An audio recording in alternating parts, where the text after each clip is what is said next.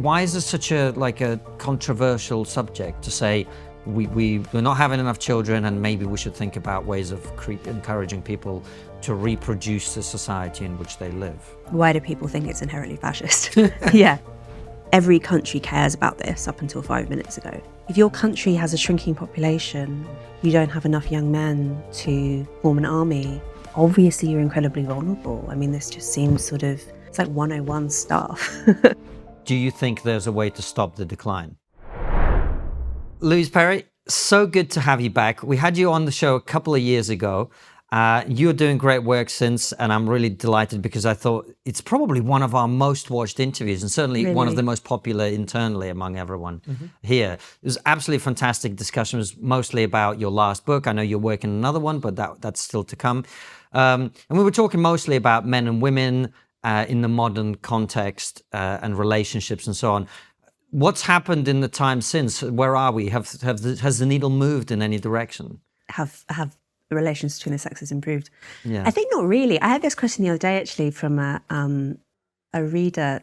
Would you write it differently now? I mean, I started writing the Case Against Sexual Revolution 4 years ago now, I think. And I don't think that anything has really changed substantially in terms of the issues I was writing about. So like dating and porn and marital breakdown and things like that. I think possibly I've changed a little bit. Tell us more. So I think I've maybe become... There were certain things that I sort of wavered on in the book. So to summarise very briefly, like the argument of the book is that sexual revolution is often presented by progressives as being unambiguously good for women. My argument is actually there's been cost to women and to men in lots of important ways, and that there's wisdom in some old sexual norms which we've thrown out the window post-sexual revolution, and actually there's a lot to be said for resurrecting them. So marriage is one example, that actually marriage is really good for protecting the interests of women and children in a lot of ways. And I made... So one example. I made the recommendation in the book for women reading in particular to wait for maybe 6 months into a new relationship before having sex, as a way of, having a chance to assess this guy's character, not be befuddled by hormones, all that stuff.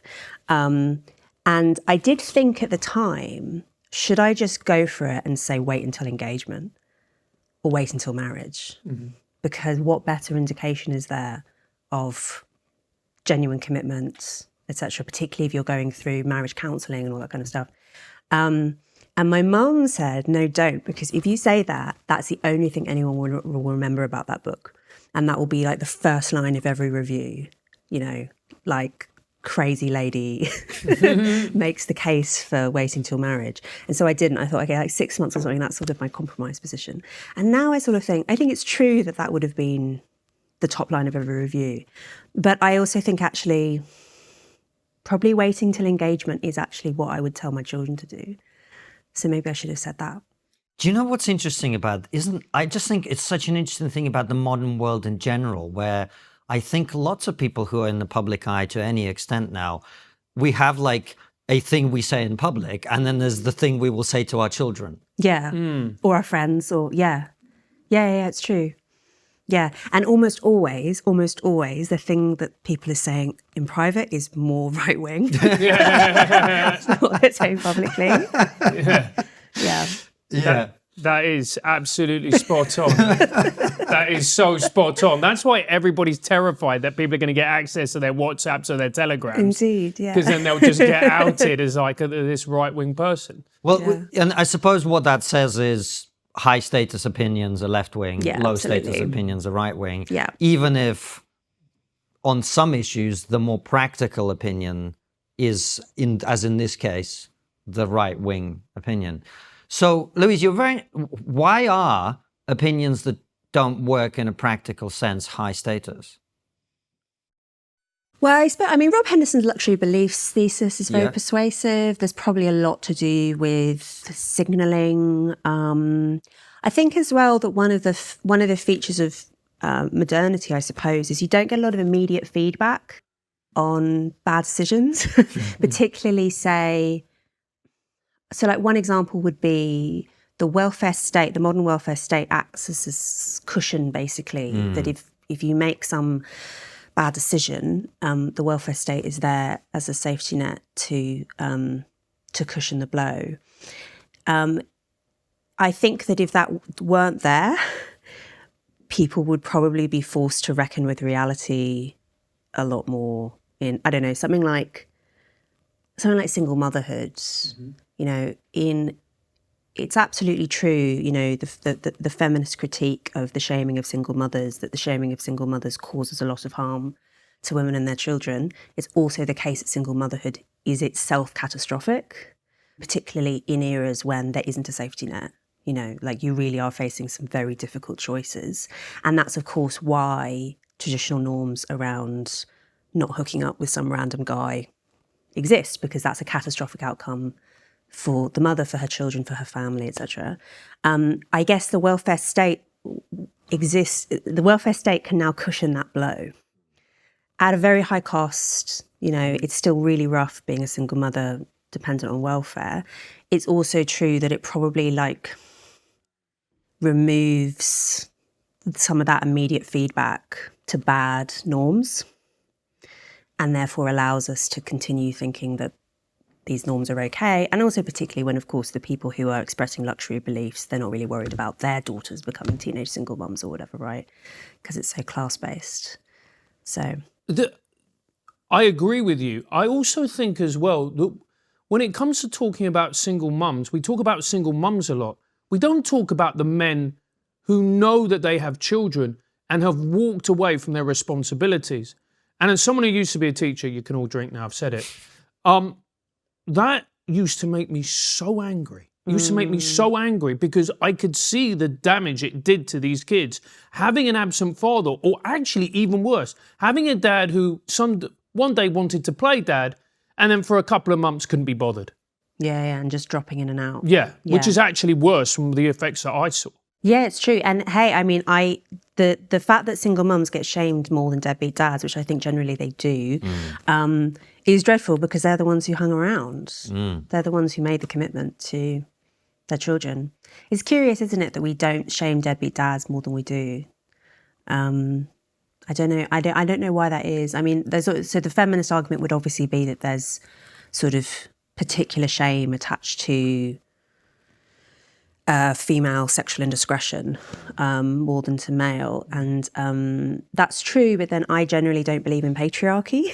So like in terms of patriarchy as this like great explanatory force, this like invisible force which influences all of society. So there's probably, it probably comes down to the fact that in the ancestral environment, women are the more valuable reproductive resource, to put it in really crude economic terms, because a woman can have maybe one baby a year max. Like the number of women you have in your society determines how many babies you can have, basically. Yeah. Whereas in theory, men can impregnate women all the time, and like you could, in theory, have just one man who's fathering loads and loads of children. So there is, which is where the male expendability thing, so-called, comes from, the idea that men are less valuable than our women.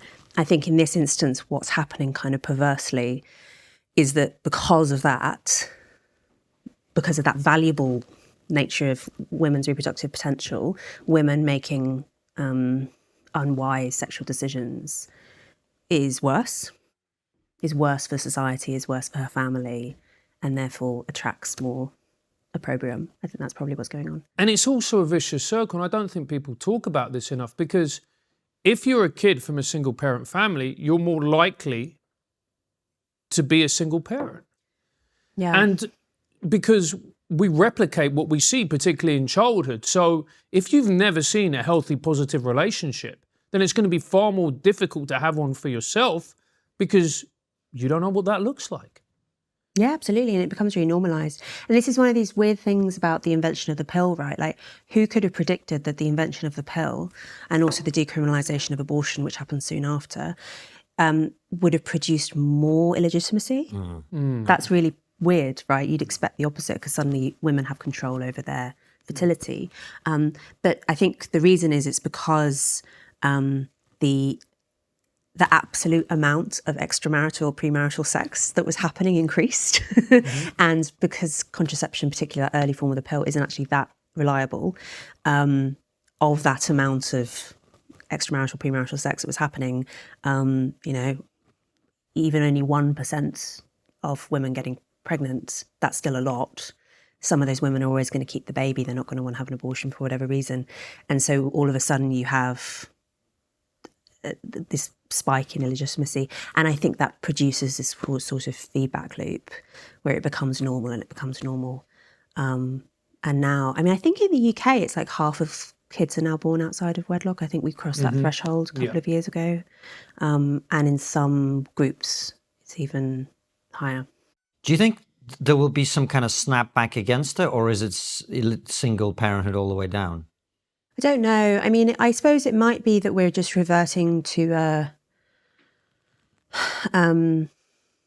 the human mating norm is polygynous, right? Where you have... Just explain that for people. Where you have one male having multiple female partners and some portion of men not having any, right? The monogamous system that that prevails until recently in the West is quite unusual. I think it's 20% of societies have a monogamous system, which does, of course, include some of the most like successful civilizations to have ever existed, including Christendom and Roman, the Roman Empire.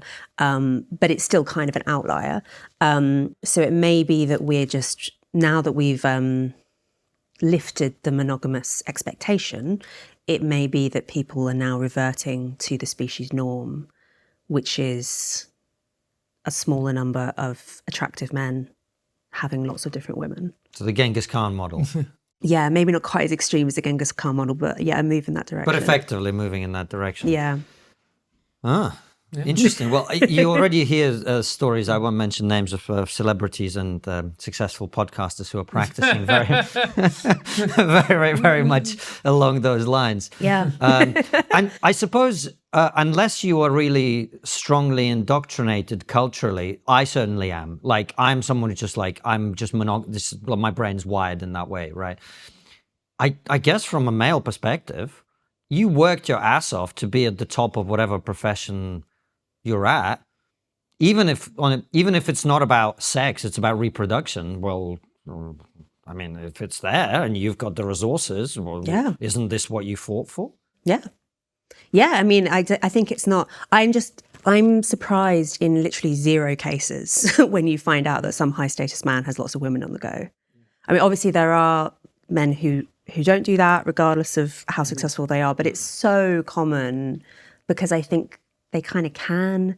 And also because, I mean, thinking, say, politicians are always kind of famously philanderers, also because I think a certain type of personality is attracted to politics, I'll put it gently, which is probably also attracted to that kind of, lots of dark triad traits, right, at the top of politics.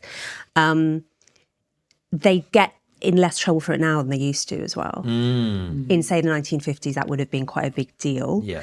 And hiding the fact of your affairs was, I mean, look at how much effort was put into hiding JFK's philandering, for instance. We now know about, in retrospect, but at the time, lots of effort made to keep this quiet. I don't know if they'd bother now. I mean, like Trump's philandering, no one seems to care. It's just like part of the package. I mean, it's got to the point now where I go, oh, at least it's not a kid. Yeah, basically, that's the win. Yeah, you're like, well, at least it's legal. Oh, dear. But welcome to Trigonometry. You're such a Take a fucking moment. idiot. yeah, no, it's genuinely what I think, though. That's where I am. That's where I am now with it. I go, well, there we go. But I think the thing is as well, like when I see politicians, I also think this phenomenon, which is actually replicated in places like the comedy industry, where you look at a lot of these guys and you think, at school, you wouldn't be the popular guy. You wouldn't be the guy that's attractive to women. Nobody has ever wanted to say, oh, I'd love to shag a young conservative. Yeah. And then you get to the point where you have money, you have power, you have influence, and then all of a sudden the door's open. Yeah. And it's even more novel for that reason. Yeah. Yeah. I mean, like women are attracted to status, like what's new, men are attracted to youth and beauty. Although I always think that we probably do slightly exaggerate that in terms of, I mean, I think that there are obviously plenty of examples. I mean, Leonardo DiCaprio is kind of the famous example of this, right? The guy who will never date a woman over the age of 25. But which I always think is kind of funny because he's also never had children with any of these women. So it's almost like he's like, the point of that drive is to reproduce with like maximally fertile women with great genes. It's kind of like he's just amassed like a fleet of Ferraris and he's never driven them or something. Like it's like weird. It's weirdly maladaptive behavior, even though it's driven by an evolutionary. There is a kind of teenage dimension to all of this. Yeah. That it's just pure status, but nothing more productive than that long term. Right. So coming back to this erosion of monogamy, I'm going to guess this isn't good for women. No, I don't think so. I mean, there will be some. So someone like Diana Fleischman, who you've had on the pod, haven't you? She's a friend of mine. She's poly. I'm sure she's very open about this, and she would say that there's a threshold in terms of how attractive a man is, where women are willing to tolerate not being the only woman. Like if he's so attractive and the condition of being with him is that you're part of a harem, there's a point where women will be like, okay. Some women, Some will be more averse than others, but and I guess she'd say, well, it's up to them. If the women are willing to tolerate not being the only one, it's obviously different if they're being lied to, but if he's being open about what's going on, then I suppose you could say they're adults, they can make the decision. I think though that I think it's totally possible, and in fact there are loads of cases where this is the case, where you can say that at an individual level that might be fine, and that for some people that might be fine, but having it as the norm is bad. Well, right, coming back to our conversation about children growing up without fathers. Precisely. If there's 100 children with one father, it's probably going to struggle to give them So that's certainly true. Yeah, that's certainly true. And I think also it's probably bad for societies to have lots of men without mates. Yes. Yeah. Because we do know that fatherhood kind of tames men in terms of men commit less crime, and that just societies with lots of sexually frustrated men are more less peaceful societies. And obviously I know you can go from that to be like, oh well, in that case we need to be apportioning women to all of the incels, and there's a very dystopian vision that could lead from that insight.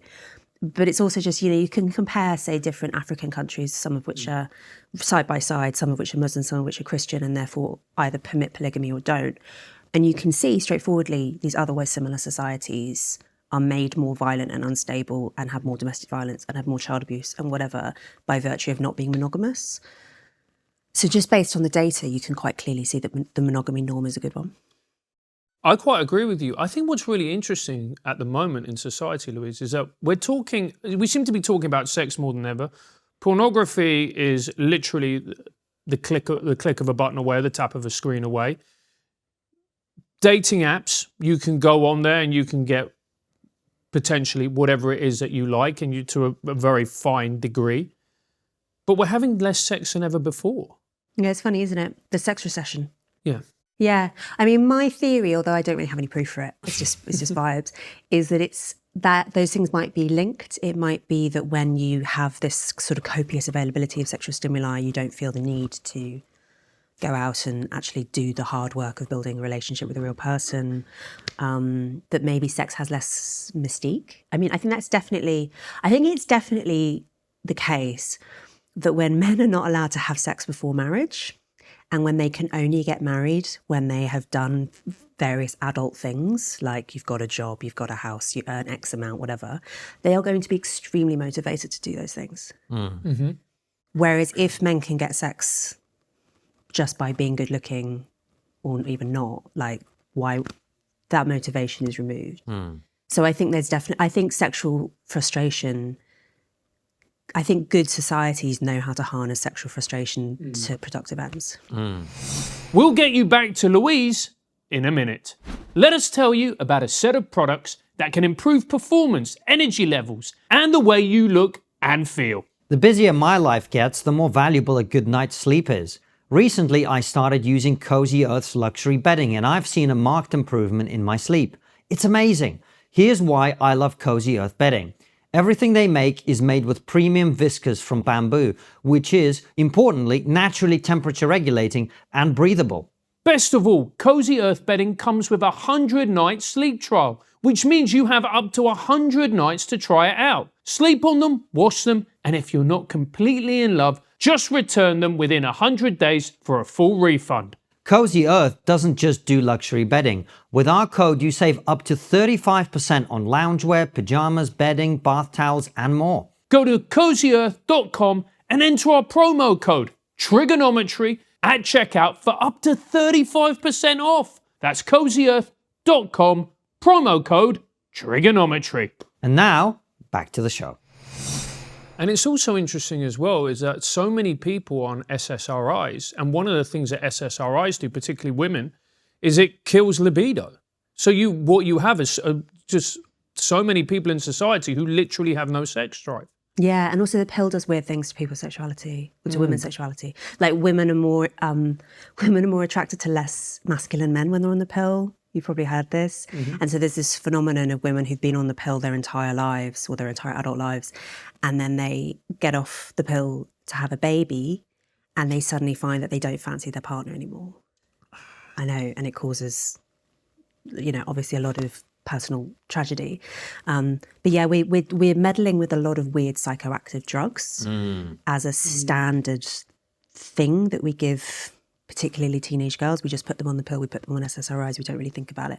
But obviously they are going to have quite serious effects on the developing brain. Absolutely. And then if you think about it as well, you talk about the sex recession, that leads to some very dire consequences when it comes to population. Yeah. I mean, yes. I mean, in general, I think, is the birth rate dropping because people are having less sex? There's this kind of fashionable view that you'll hear among some demographers that actually the pill doesn't really have anything to do with birth rate decline, because birth rates were declining before the pill was invented. In countries like France, for instance, birth rates started declining quite early in the 19th century, and people are able to limit how many children they have through like crude versions of fertility tracking and things like that. True. But I just don't buy it. I think that, one, because birth rates really fall off a cliff post 1960s. I mean, in the UK, it's like 1971, I think, is when we fell below, we really started falling below replacement. And I think also that the thing that the pill does is not just about limiting your fertility in the moment, it changes social norms.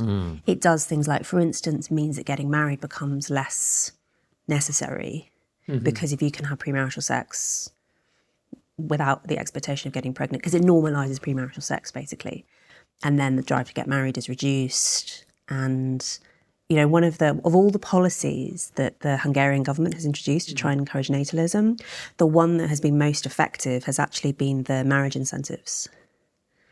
Weirdly, because they also do things like they'll give you a massive sum of money towards a house, and you do have to be married to get it. But like there are various policies available which are much more financially impactful. And yet the one that actually seems to be, or is thought to be the most effective, is the one encouraging younger people to get married, because it seems like people get married and they're like, oh, okay, this is the next thing we do is have kids. It's like a psychological intervention. And yeah, I it's not just the pill. There are obviously other things, but to me that does seem like the really watershed moment in terms of producing low fertility. There are a lot of writers that I see now, yourself included, obviously, talking about the pill as something that you may not necessarily want to take, certainly as an automatic thing, that as a rite of passage into womanhood. Right. Can you talk a little bit more about that? So I'm not completely anti-pill. I actually think that, when the pill was first introduced in Britain and America, and I think most countries, to my knowledge, it was only available to married women. And then there was a gap of some years, and then it was made available to unmarried women. I think that using the pill within marriage to space your births is a very good use of it.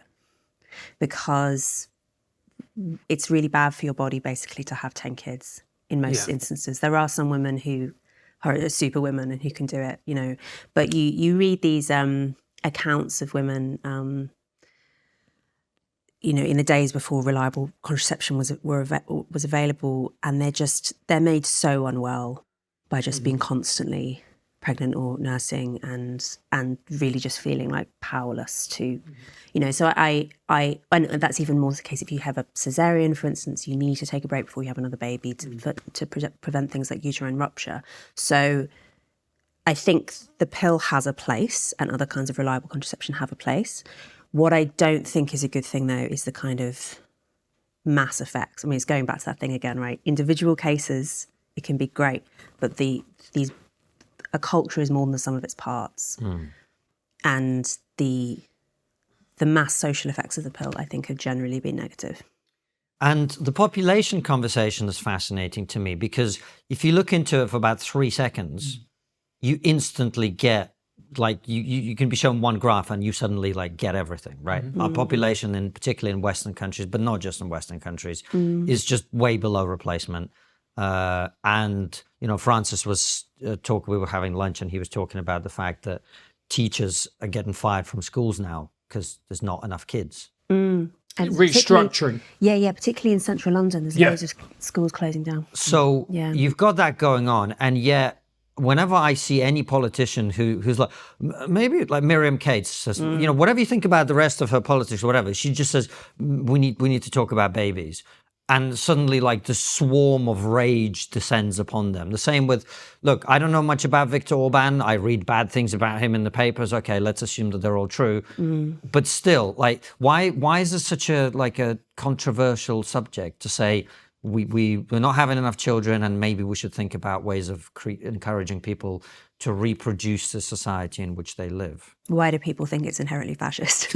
yeah. I mean, it's worth saying that basically every country cares about this up until 5 minutes ago. Right. There used to be this line in Australia encouraging people to have more children, that it was you have one for mum, one for dad, and one for Australia, encouraging people to have 3 kids. So it's definitely not, I mean, it's also the case that like Nazi Germany and Soviet Russia and so on encourages high fertility. That doesn't mean that Amongst certain groups. Yes, that doesn't mean that natalism is unique to authoritarian regimes by any means. It's basically a normal position for governments up until very recently. And I mean, because not least, like the geopolitical implications are just so blindingly obvious. Yes. Like if your country has a shrinking population, you don't have enough young men to form an army. Obviously, you're incredibly vulnerable. I mean, this just seems it's like 101 stuff. And yet, yes, I mean, I love Miriam, but yeah, she stands up and talks about natalism, and people on the left lose their minds. Well, why is that, Louise? Why is because natalism is like a clever word that like intellectual use, but like the idea that people in a country ought to replenish the population by having children. Yeah, the families are good, the babies are good. Yeah, like why is this coded? Like we have this, by the way, this is another thing that pisses me off, which is like we have this term now, something is coded as right wing, which basically means it's not right wing, it's just a bunch of dickheads in the media think that you shouldn't talk about this issue. It gives right wing vibes. Right. Yeah. Which, like, so why is this coded as right wing? Yeah, I mean, it's a really fascinating question. Like, why would the most affluent people and comfortable people who have ever lived in the history of the world decide that actually having babies is bad and is onerous and is, I mean, because what you'll hear so often, right, and there's like a little bit of truth to it, but I think it really misses the mark, is that old people can't afford to have children, which means, like, translates as people can't afford to maintain the lifestyle associated with having 2 incomes and no kids when they have kids, which is absolutely true. And it's also the case that obviously house prices in many urban centres are incredibly high, and there is downward mobility. Like the baby boomers were pretty much the peak in terms of affluence and comfort. That's true. But it's also kind of crazy because it's literally the opposite trend globally. The poorest countries have the most kids, the richest countries have the fewest kids. And actually that is the single best predictor of people having children is crossing the certain threshold in terms of GDP per capita. It's somewhere like 5,000 to 10,000 US dollars per person per year, which is not very much, right? Like countries that are below replacement now include countries like Nepal, like Sri Lanka, like much of the Middle East, much of South America. You know, we're not talking just the rich countries. This is now increasingly a global phenomenon. And yeah, I mean, so the big mystery, and I'm not sure if I have, it's sort of, I think you reach the point where you can't just think of it in materialist or economic terms. You have to start thinking in almost spiritual terms. Like people in rich countries have just lost the will to reproduce themselves and to reproduce their cultures, and in fact often think that doing so is a bad thing. They think that there's something suspect about their cultures, about their genetic line, whatever. Like there's this, it's obviously not everyone by any means, but there is a kind of elite faction that has this incredible like drive to suicide, almost like cultural suicide. And yeah, I mean, it's quite hard to explain that without thinking of it in spiritual terms. I mean, I'm the thing I'm driven to think, which isn't a very happy thought, is that maybe, you know, I think when I last came on the show, we talked about why the progress model of history is really silly, right? To think that everything gets better all the time. A model of history which is obviously simplifies, but which probably has a lot more truth to it than the progress model, is the civilizational cycles model. So the idea that civilizations rise, they peak, they fall. And that a common feature of civilizations at their decline phase is this complete loss of confidence. And this complete, I mean, you in the final centuries of Rome, you will read people complaining about how the elites have all stopped having kids. Like there was a tax brought in on childless men to try and encourage elite childless men to reproduce. You know, they had exactly the same phenomenon. And the Romans, of course, were using more primitive forms of contraception and abortion and obviously used infanticide. So they had different means of controlling their fertility, but it was the same phenomenon and people were saying the same things. And there does just seem to be a point where a civilization, reaches this like spiritual malaise. And maybe we're just there. I know it's not a very happy answer, but I think that's from doing all my research on this subject, I can't really help but reach that conclusion. Do you know what's interesting? That would explain about what's going on when we talk about the climate, because to me, when you talk, it seems to be more prevalent in America actually, where people say they're not going to have kids because they're worried about the climate. Yeah. Therefore, that means that having kids is an immoral decision. Yeah. And you go, how have you come to this really bizarre conclusion? Because it sounds over the top because it's an anti-human position. Yes. I mean, it's true. Like if your priority was preserving other species and natural environment and so on, then like reducing the number of humans in the world would be obviously your goal. And that's where you reach the point where you almost can't, it becomes almost impossible to have a debate with someone. Like if we don't share those premises, if you don't think that humans are good, if you don't think that having kids is good, if you don't think that being alive is good, you know, like I'm not joking. Like there are anti-natalists sometimes who think that it is better to have never been born. Right, it's the David Benatar book. There are people who think that, not very many of them, but there are some, and there's just a point where you can't really have a conversation, like, because those priors, they're not rational priors. They're like deeply, deeply felt, profound priors. And if you don't share them with someone, then there's not really anything that you can agree on. So on this point about, because I don't know, I've been talking about this for a long time, this feeling of like civilizational decay. Yeah. Sort of, there's a whiff of it in the air. And it's interesting, I know you read my piece about Australia, because you go to Australia and it's sort of like, you feel like you've gone 10 years into the past, but like in a good way. Yeah. You know what I mean? So they're still on the way towards that. Whereas and to compare and contrast is very interesting. Do you think that where the past event horizon, at the point of no return, where you just go, you've gone so far down this path now that you just, there's no coming back? Yeah, I mean, I think the thing to, You know that meme a little while ago about how men think about Rome every day, or whatever, and women. So I think about the fall of Rome every day. Whatever that says about me, okay? Yeah. And I think that the fall of Rome is really instructive. I mean, it's obviously not the only example of a civilizational decline, but it's probably the one we think about most often, is the forefront of our minds when we think about this thing. And, you know, the thing to know about the fall of Rome is it took centuries. Mm-hmm. And even though there are obviously, you know, a lot of people will think of artistic representations of barbarians sacking Rome or whatever, that doesn't really actually represent what it was like to live through, except for, in some cases. For most people living in the Roman Empire, it would have felt just like kind of slow decline with occasional speeding up, right? And you just would have less connection with the centre of empire. You would become poorer. Technology that was previously available to you wasn't available anymore. I mean, Rome didn't really completely collapse, right? I mean, to some extent it retreated to Byzantium. It morphed into the Roman Catholic Church. You know, it's not like Latin is still with us. It's not like it was a complete collapse. It was just a fall from that peak. And, you know, that's probably what's going to happen in some way over the coming centuries to the West and people on the edges of empire, which kind of includes us. I mean, obviously Britain used to be at the centre of empire, but now we're very much a vassal of Washington. We're just going to have less, we'll become poorer, technology we once had will no longer be available, communications that we once seemed normal to us will kind of... But do you know the one... Francis, I'm sorry. Go for it. I just want to press you on this point though, Louise. Yeah. The question I was asking is, do you think there's a way to stop the decline? Oh, no, probably not. But I also don't want to be completely... the term my husband uses for this is he calls me a collapse tard. And whenever I talk too much about collapse, he's like, no, you can't be a collapse tard in my house.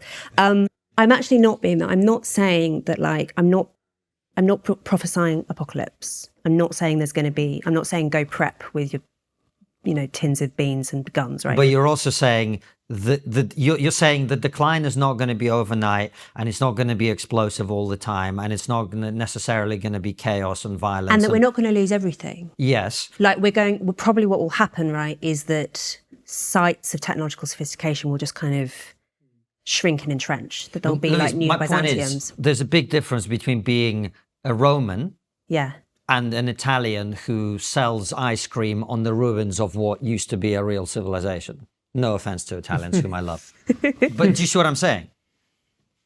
Not really. Okay. What I'm saying is, yes, it will be slow and maybe not as painful and is not awful and is not straight away and blah, blah, blah, as some people might like to imagine. But there's a big difference between being a great civilization and living on the ruins of one, feeding off whatever remnants are still around. Oh, yeah, it's bad. Yeah. Yeah, no, I'm not pretending it's not bad. And you don't think there's any way to stop that process? We've yet to find... No one has ever reversed the birth rate decline. It doesn't mean it can't happen, I guess, in theory, but like no one has ever done so. And much as I support a lot of pro-natalist policy, if nothing else for selfish reasons, like I would love a tax break, it doesn't actually work really very well. Like the Hungarians have nudged their birth rate up a little bit. They're nowhere close to replacement though. I mean, what's very likely to happen, maybe sooner rather than later, is that very fertile subpopulations are obviously going to flourish, you know, and generally very fertile subpopulations are the very religious and the very conservative. So to some extent, we've already seen this in Israel, you know, that Israeli politics has moved to the right. Is widely remarked upon that it's moved to the right quite significantly in recent decades. And probably the reason for that is it's because the most liberal Israelis have been having the fewest kids and the most conservative and religious Israelis have been having the most, and that's starting to show. So that will probably happen everywhere. There are these projections about like what proportion of the American population is going to be Amish in like 200 years. I know it sounds funny, but like they have a lot of kids and they're pretty good at retaining they're pretty good at sustaining that fertility. So that's going to be the big thing. And then, of course, the big question is like, what would an America run by the Amish be like? I mean, we can assume less interested in technological progress. I had the economist Robin Hanson on my podcast a little while ago because he's very concerned about this issue as an economist. And he's very clear about this. He's like, shrinking populations, low fertility populations are not innovative populations. These are not societies that can create amazing new technologies, Like he's not like a massive doomer. He doesn't say we're not going to have running water, we're not going to have electricity or anything like that. More like we're going to stagnate and we just won't. I mean, we already have seen that, to be honest, but we're just not going to see the sort of all the stuff we're imagining, like robots, AI, whatever. It's just actually probably just not going to happen. The thing that he said that really stuck in my mind is was Elon has 5 years to get to Mars, or it's not going to happen. Because we'll reach that point where there just aren't enough like bright young engineers to go round to do all the stuff that he's doing. There just isn't enough human capital to get to Mars when you have a shrinking population, and when the bright young engineers you do have are being funneled into keeping the electricity network running and stuff like that. You don't have like excess human capital necessary to do crazy things like go to Mars. So we probably just won't. That's really interesting. I think the one thing that gives me hope around this is if you look at the other countries who you could say are rivals, competitors, whatever you want to call them, I mean, they're not doing great either. Yeah, true. It would be yes, like the three great superpowers in the world, right? They all have declining fertility massively. Imagine if one of them didn't. Imagine if like China had incredibly high fertility or something, which of course it did not that long ago. I mean, China massively shot itself in the foot with the one-child policy. Yeah. Because it's become even harder now for it to get back from where it's got to in terms of low fertility. Yeah, I mean, think of the geopolitical implications. As it is, of course, that's not the case. It is obviously very relevant if, say, you're a South Korean. Oh, absolutely, because they're 1.4 at the moment, aren't they, or something? Maybe even lower than that. It's like 0.8, I want to say. It's really low, so it's the lowest in the world. No, we're at 1.4. Oh, wow. So so they're even lower. Very low. And whereas North Korea is at 2 or 2.1 or something. Yeah. So not super high, but much higher than South Korea. So it won't be that long until South Korea, even though it has a technological advantage over North Korea, will not have a military advantage because it doesn't have the people. Do you remember the Canadian trucker protest in 2022 where thousands of Canadians came out to protest COVID restrictions and vaccine mandates? Now, these protests lasted for weeks and the people out on the streets needed money, as any grassroots protest would. So people set up online crowdfunding campaigns which raised millions of dollars. It was incredible. But those campaigns were closed down and the money didn't get to the protesters because the Canadian authorities started to criticize the crowdfunding platforms, ramping up pressure on them to close the campaigns. The biggest crowdfunding platform, the one we've all heard of, completely capitulated to the demands. Now, this is where our partners GiveSendGo come in. They stepped in when the other platforms backed off and raised millions of dollars for the truckers. When they were criticized and dragged through the Canadian courts, GiveSendGo came out and said, they respect diverse views and believe hope and freedom are values worth fighting for. This is why we're proud to partner with them. So if you need to crowdfund for whatever means the most to you, then don't go to the big tech platforms, go to GiveSendGo. Starting a campaign on GiveSendGo is easy and intuitive. Go to GiveSendGo.com today, that's GiveSendGo.com, to start raising money for whatever matters to you. Louise, is there a biological element to this in that things like microplastics? Because I've been reading lots of studies that the quality of young men's sperm is in free fall. Might also that be a problem? Yeah, I think probably not, although it is a thing, definitely, and it's not a good thing. And again, it comes back to the pill. Like the pill has pretty bad effects on the natural environment, which may be implicated in low sperm counts, along with things like microplastics. But as far as I know, the problem is not that people are trying to have kids like en masse and not managing it. It's that people are not mostly the thing that's going wrong is people not getting into relationships within which they want to have children. Like that seems to be the bit of the sequence that people are faltering at most often. Which is why the Hungarian idea of getting people to marry seems to make a difference. Yeah. And yeah, I mean, again, it comes back to things like the pill, like disrupting that sequence. I think clearly there is also just something about wealth. There's something that, you cross this threshold of whatever, $5,000, $10,000 a year, GDP per capita, and people just fertility does this. And that just happens everywhere. And it happens regardless. One of the things about this birth rates phenomenon, as a sociological phenomenon, is that it attracts just so stories. It's very easy. Everyone has an opinion, and it's very easy to be like, oh, it's because of this, it's because of this, because of this. I read in the BBC the other week that it's absolutely definitely low fertility in South Korea because of South Korea being patriarchal. And I thought, lads, when South Korea actually was patriarchal, it had very high fertility. Right. Right. And I mean, that's also true, you know, I got to say, for like my hobby horses, like being pro-marriage and stuff, it's also the case that plenty of socially conservative places that love marriage and whatever are still sub-replacement. You know, the big factor is wealth.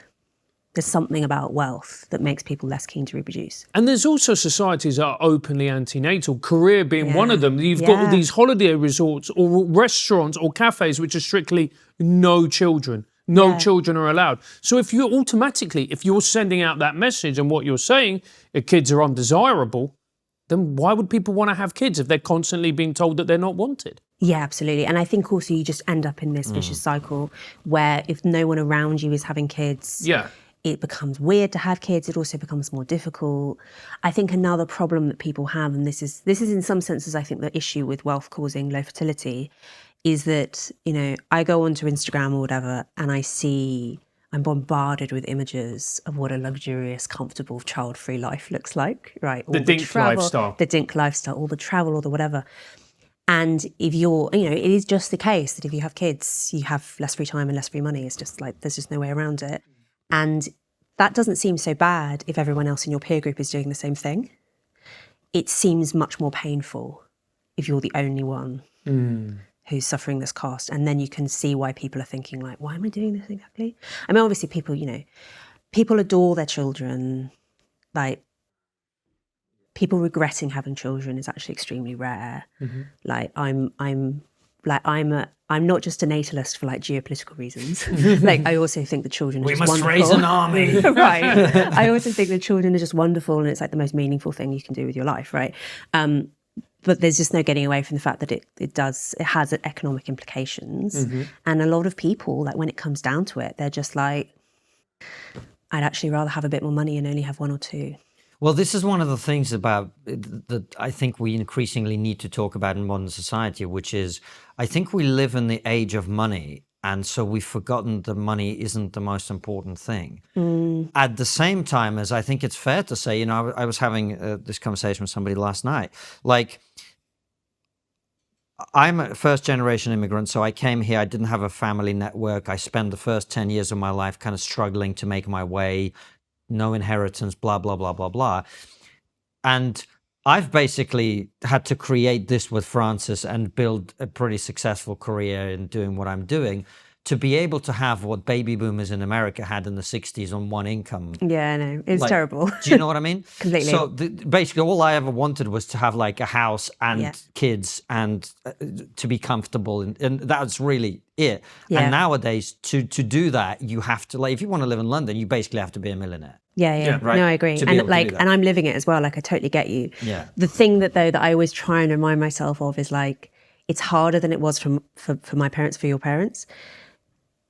We're still safer, more comfortable, richer, whatever, than like 99.9% of people who have ever lived. Yeah. And it's so hard to remember that because I think the human mind is so set up to be doing these kind of minute peer comparisons. Interesting. Well, let me ask you another question then, because you talk about its GDP, and I was wondering whether it's GDP or whether it's urbanization. It's both. I mean, cities shred fertility. Also true in Rome, right? Yeah. Rome largely shredded fertility because of disease. But it's always been the case that, villages are basically like little reproduction machines. Like, they're like perfectly set up for people, which is a lesson there. Like, there's something in there. You know, if what you're trying to do, if you want to design a fertile culture, it probably has to look something like a village. Because that seems to be, of all sort of social technology we've ever invented, that seems to be the best one for encouraging people to have children, like having their extended family around, being in a very settled place, all this kind of stuff. But yeah, anyway, so historically, yes, I mean, villages have always rural areas have always been the engines of fertility, and then people go to the city and either have fewer children or die from plague or, whatever. I mean, this is a point actually, again, worth remembering. When my husband accuses me of being a collapsed-tard, I saw in the paper recently, I think it was a Lancet, had a piece on low fertility the other week, and it mentioned the fact that the global population has not shrunk since the Black Death and is now set to shrink quite soon, which makes it sound very frightening, right? It is worth reflecting on the fact that, yes, I mean, normally population only shrinks because of disease, war, famine, some sort of disaster. That's not true for us. Like, the reason that our population is set to shrink is because people have just don't fancy having kids, which is kind of great. I mean, if you have to go through a period of population decline, this is definitely the most pleasant. But it's still, it still spells only one thing, which is civilizational decline. Yeah. And with that as well, there's this other phenomenon that has started to bubble up, which is surrogacy, which I find... Smooth. Yeah, I think so. That was an interesting transition. Yeah. But it's like, what can we get Louise to say? But the whole surrogacy movement... I still don't get the connection, by the way. Yeah. But you carry on. Man. Yeah, because, it's to direct, you get these people now who want children, but sometimes don't want to go through the rigors of and unpleasantness of being pregnant and having a child. Yeah, like celebrity. I mean, I'm pregnant right now. I can tell you pregnancy sucks. Like, I'm not going to pretend otherwise. I actually had a really interesting conversation for my podcast recently with a woman called Catherine McCulloch, who's had 8 children and also has, I think, 6 stepchildren. And she wrote a book about women who, and is an academic. Very unusual, right? Mm-hmm. And she wrote a book about women who both go to university and have 5 children or more. And she did interviews with them to basically work out what's going on, because that's such an unusual thing to do statistically. And the thing she concluded, which I found so interesting, is it's not that these women suffer fewer trade-offs. It's not, for instance, that they have easier pregnancies. Like, she talks to women who are like, I hate being pregnant. Like Catherine said to me herself, like, I hate being pregnant. It's so uncomfortable. It's horrible. It's not that they have loads more money, like they've got nannies coming out of their ears or anything like that. It's not that they have particularly supportive extended families. It's just that they really, really like kids and they just really, really want to do it. And they've just decided that it's worth it. And yeah, I mean, that whatever drive that is, presumably some genetic component, is presumably being selected for very aggressively at the moment. But yeah, I mean, so the surrogacy thing, I mean, pregnancy is onerous. This is true.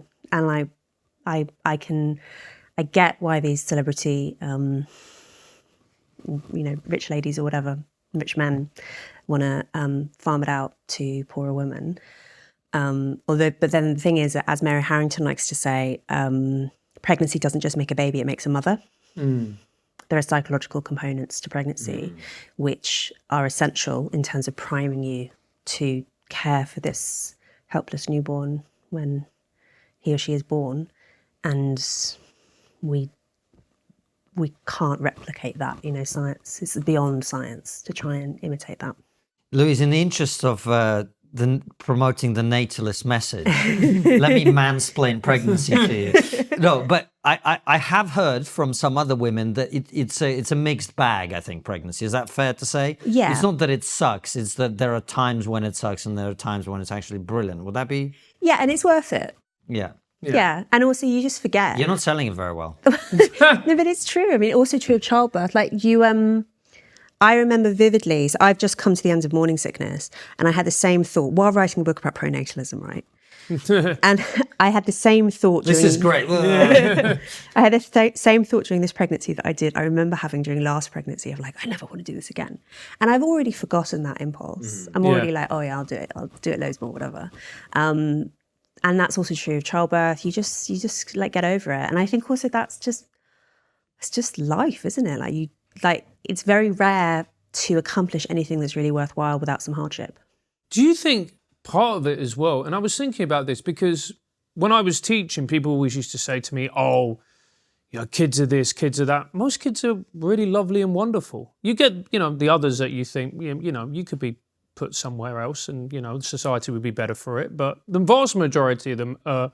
Chill out, Adolf. You Their haven't mums talked. probably don't think so. Yeah. Trust me, some of their mums definitely do. I've had a long and honest conversation with their mums.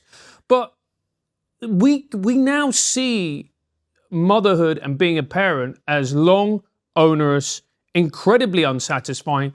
Because most of us don't have encounters with children, the only time we really notice with them is if we're in a plane or in a public space, they're having a meltdown and we're like, oh my God, shut the up. Yeah. And I think the joys of parenthood tend to be hidden. Partly because maybe we don't talk about it enough. Because you don't want to be smug, do you? Like, particularly, I don't know, if you know that you're talking to people who are struggling with infertility, or if you have friends who I should say that anecdotally, by far the most common reason I know for women in my peer group not having kids is because they haven't found the right man. Yeah. Like the sort of girl boss narrative about this, that what's happening is women are just choosing their like fancy shoes and handbags and pursuing their careers over having children. That ideology absolutely exists. There's a little bit of truth to it. I think overwhelmingly, though, that's not what's going on. Like, I think at least 90% of British women say they want to have children at some point, and yet only 75% of my generation will end up doing so. So mostly it's circumstantial. So you don't want to go around being really smug and talking about how wonderful your children are. But it's true, and there's just nothing like it. And I think as well that if you don't have kids, it's very hard to imagine that feeling. It's like a one-way street. I always think that for fathers as well, but I obviously only know it from the mother's perspective, having children just changes your moral universe. Totally. Because suddenly it's the number one thing you care about in the whole world forevermore, and you would die for your children without even thinking about it.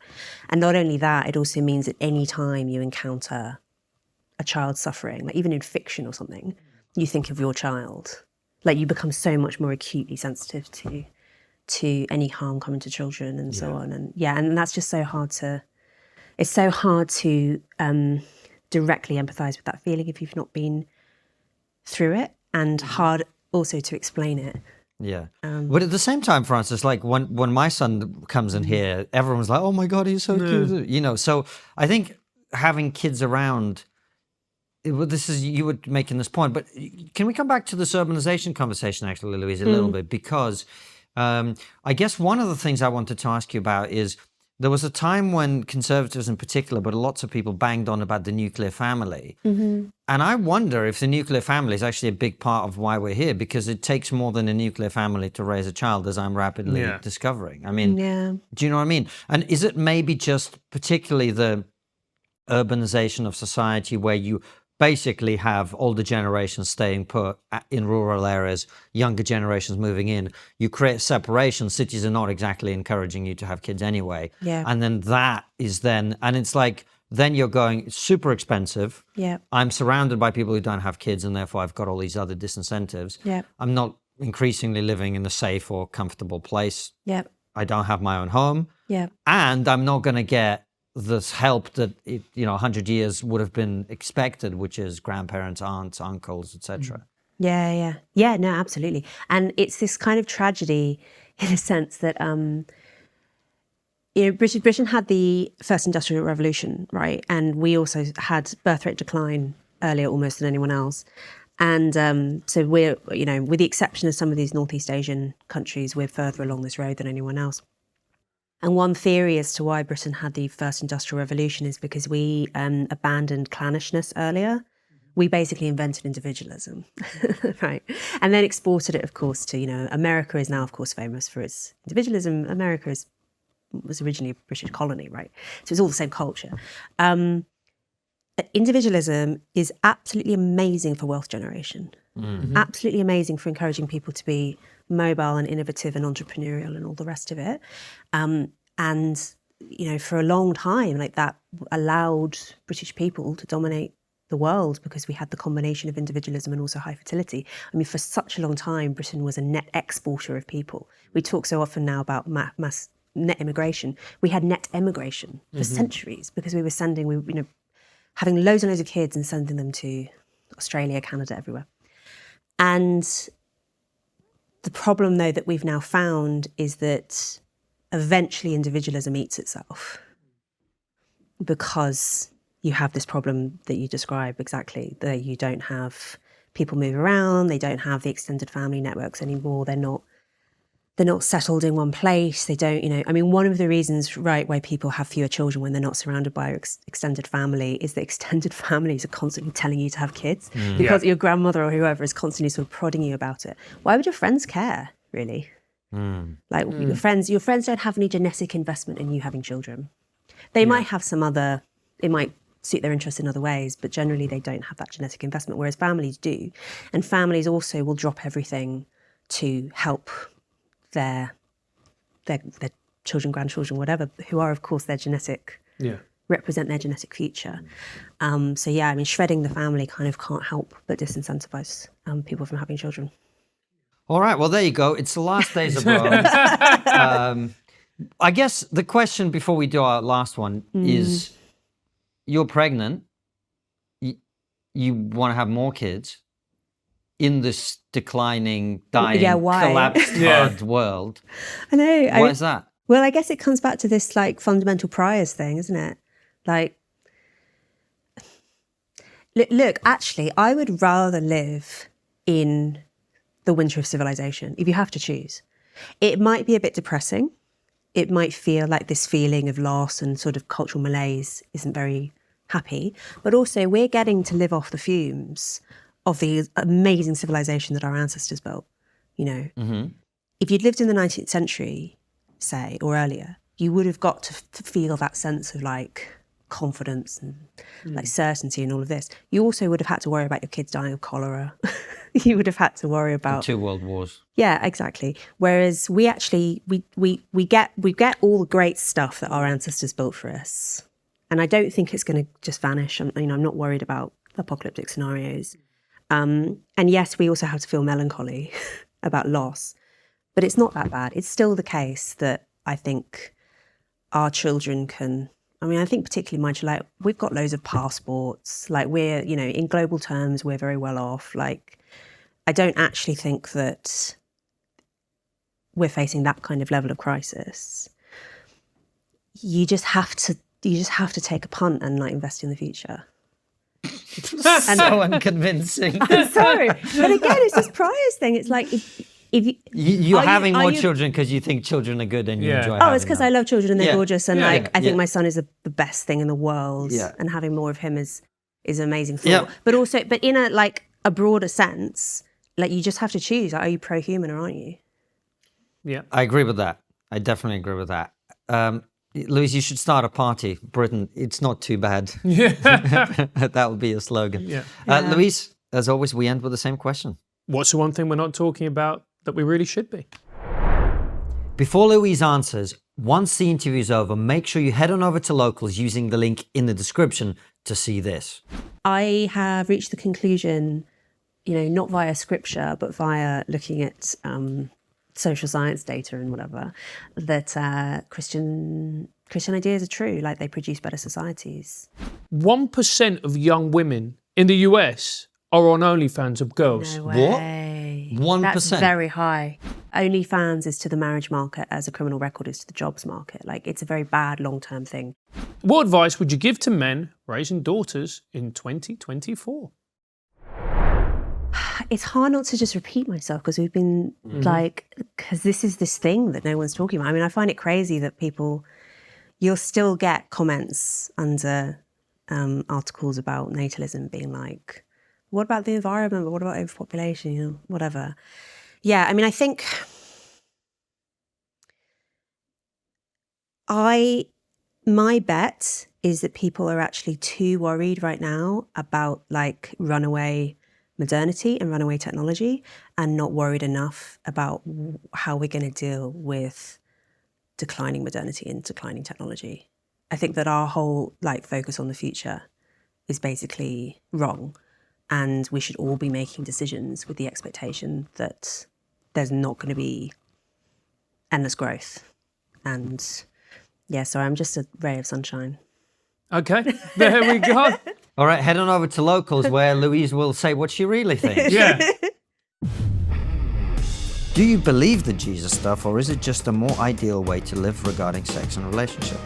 Do I believe the Jesus stuff?